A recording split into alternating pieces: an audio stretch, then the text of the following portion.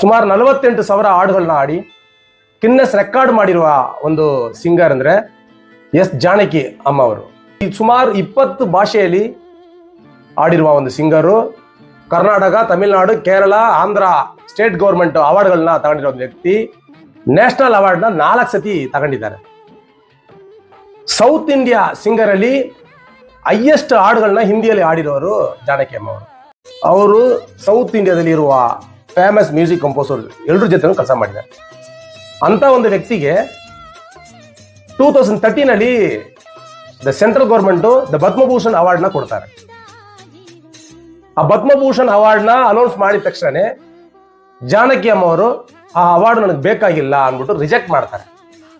ಇಂಡಿಯಾದಲ್ಲಿ ಪದ್ಮಭೂಷಣ್ ಪದ್ಮವಿಭೂಷಣ್ ಅವಾರ್ಡ್ಗಳೆಲ್ಲ ತುಂಬಾ ವ್ಯಾಲ್ಯೂಬಲ್ ಒಂದು ಅವಾರ್ಡ್. ಜಾನಕಿ ಅಮ್ಮ ಅವರು ಅದನ್ನ ರಿಜೆಕ್ಟ್ ಮಾಡ್ತಾರೆ. ಸಿನಿ ಫೀಲ್ಡ್ ಅಲ್ಲಿ ಇರೋರೆಲ್ಲ ತುಂಬಾ ಆಶ್ಚರ್ಯವಾಗಿ ನೋಡ್ತಾರೆ ಅದನ್ನ.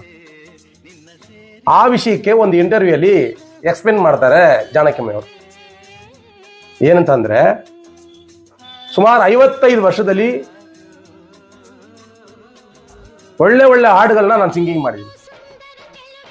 ಆ ಹಾಡುಗಳನ್ನೆಲ್ಲ ನೋಡಿ ಅವಾರ್ಡ್ ಕೊಡಬೇಕು ಅಂದ್ಬಿಟ್ಟು ಈ ಗೌರ್ಮೆಂಟ್ನವರಿಗೆ ಅನಿಸಿಲ್ಲ. ನನಗೆ ಅವಾರ್ಡ್ ಕೊಡ್ತಾರೆ ಅಂತ ನಾನು ಕಾಯ್ಕೊಂಡಿರುವಾಗೆಲ್ಲ ನನಗೆ ಅವಾರ್ಡ್ಗಳು ಕೊಟ್ಟಿಲ್ಲ. ಈಗ ನನಗೆ ಅವಾರ್ಡ್ ಮೇಲಿರುವ ಆಸೆನೇ ಹೊರಟೋಗ್ಬಿಟ್ಟಿದೆ. ಅದರಿಂದ ನನಗೆ ಈ ಪದ್ಮಭೂಷಣ್ ಪದ್ಮವಿಭೂಷಣ್ ಅಂತ ಅವಾರ್ಡ್ಗಳು ನನಗೆ ಬೇಕಾಗಿಲ್ಲ ಅಂದ್ಬಿಟ್ಟು ആ ഇന്റർവ്യൂവിൽ അവർ എക്സ്പ്ലെയിൻ ಮಾಡ್ತಾರೆ. 35 ഇയേഴ്സിൽ നിന്ന് ഞാൻ പാടുന്നു സിനിമകളിലെ. എത്രയോ വെറൈറ്റി സോങ്സ്, എത്രയോ ലാംഗ്വേജസ് എല്ലാം പാടി ഓരോ ലാംഗ്വേജിലെയും നേറ്റിവിറ്റി വളരെ നന്നായിട്ടിരിക്കുന്നുവെന്ന് എല്ലാവരും പറഞ്ഞു. നിങ്ങൾ കൂടെ മലയാളീസ് കൂടെ പറഞ്ഞു. ಅದೇ ಇಂಟರ್ವ್ಯೂಲಿ ಇನ್ನೊಂದು ವಿಷಯನೂ ಹೇಳ್ತಾರೆ. ಒಂದು ವೇಳೆ ಈ ಗೌರ್ಮೆಂಟು ನನಗೆ ಏನಾರ ಅವಾರ್ಡ್ ಕೊಡಬೇಕು ಅಂತ ಅನ್ಕೊಂಡ್ರೆ, ಇಂಡಿಯಾದಲ್ಲಿ ತುಂಬಾ ಹೈಯೆಸ್ಟ್ ಒಂದು ವ್ಯಾಲ್ಯೂಬಲ್ ಅವಾರ್ಡ್ ಅಂದ್ರೆ ಅದು ಭಾರತ ರತ್ನ ಅವಾರ್ಡ್. ಆ ಅವಾರ್ಡ್ನ ನನಗೆ ಕೊಡ್ಲಿ, ನಾನು ತಗತೀನಿ ಅಂತ അവരಂತಾರೆ. ഭാരത് രത്ന കൊടുത്താൽ വാങ്ങാം, ഇല്ലെങ്കിൽ എനിക്ക് എന്താ അവാർഡ് ഇൻട്രസ്റ്റ് ഇല്ല. ഈ അവാർഡ്സ്ക്കായിട്ട് ഞാൻ പാടിയിട്ടില്ല. ഞാൻ പാടിയത് എൻ്റെ ಫ್ಯಾನ್ಸ್ಕ್ಕಾയിട്ട് തന്നെ. ಅವರು ಬಾಳೋ ಕಾಲದಲ್ಲಿ ಇಂಡಿಯನ್ ಗೌರ್ಮೆಂಟು ಆ ಭಾರತ ರತ್ನ ಅವಾರ್ಡ್ನ ಕೊಟ್ಟು ಅವ್ರನ್ನ ಗೌರವ ಪಡಿಸಿಲ್ಲ.